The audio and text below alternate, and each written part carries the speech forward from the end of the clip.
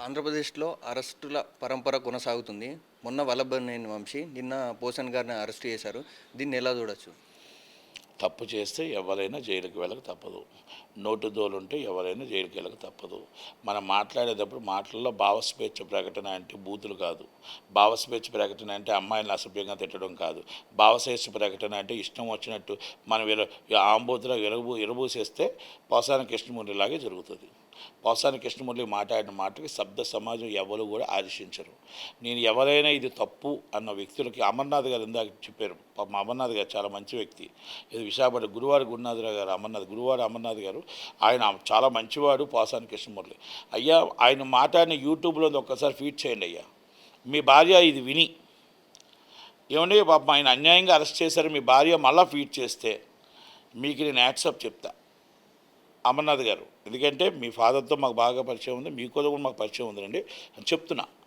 ఎందుకంటే ఆడవాళ్ళు సిగ్గుతో తలదించుకునే మాటలు మాట్లాడిన పోసాని కృష్ణమూర్తి గారి కోసం ఎవరైనా వైసీపీ వాళ్ళు మాట్లాడేటప్పుడు ఒక్కసారి ఆ ఫీట్ని యూట్యూబ్లో విని రీపీట్ చేయగలిగితే ఇది చాలా మంచిగా మాట్లాడాడు, ఆడవాళ్ళ కోసం సబ్జెక్టుగా మాట్లాడాడు, సబ్జెక్టుగా మాట్లాడాడు, చాలా మంచివాడు అని చెప్పండి అంతే.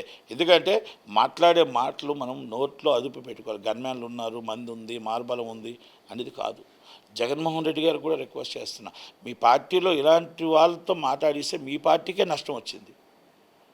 మీరు ఒక్కసారి ఆలోచించుకో. రోజమ్మ మాకు తెలంగాణ మా ఆడబిడ్డ, మా సినిమా ఇండస్ట్రీకి మాకు ఆడబిడ్డవి.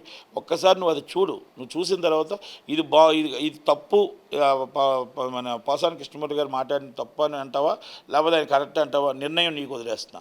శ్యామలా గారు, అధికార ప్రతినిధి శ్యామలా గారు కూడా మీ సినిమా వాళ్ళే కదా, అవన్నీ యూట్యూబ్లో చూడండి, మీరే రీపీట్ చేయండి. బాగుందంటే చాలా బాగా మాట్లాడని పెట్టండి, అయినా మాట్లాడిన తప్పు అంటే తప్పు అని పెట్టండి. నేను రెండో విషయానికి నేను వేరే డిస్కస్ చేయదలుచుకోలేదు. కనుక ఈ దయచేసి మీరు ఎప్పుడు కూడా తప్పు చేస్తే శిక్ష తప్పదు, తప్పు చేస్తే చట్టం నుంచి లా నుంచి తప్పించుకోలేరు అన్నమాట. Lesson is Posani Krishnamurthy.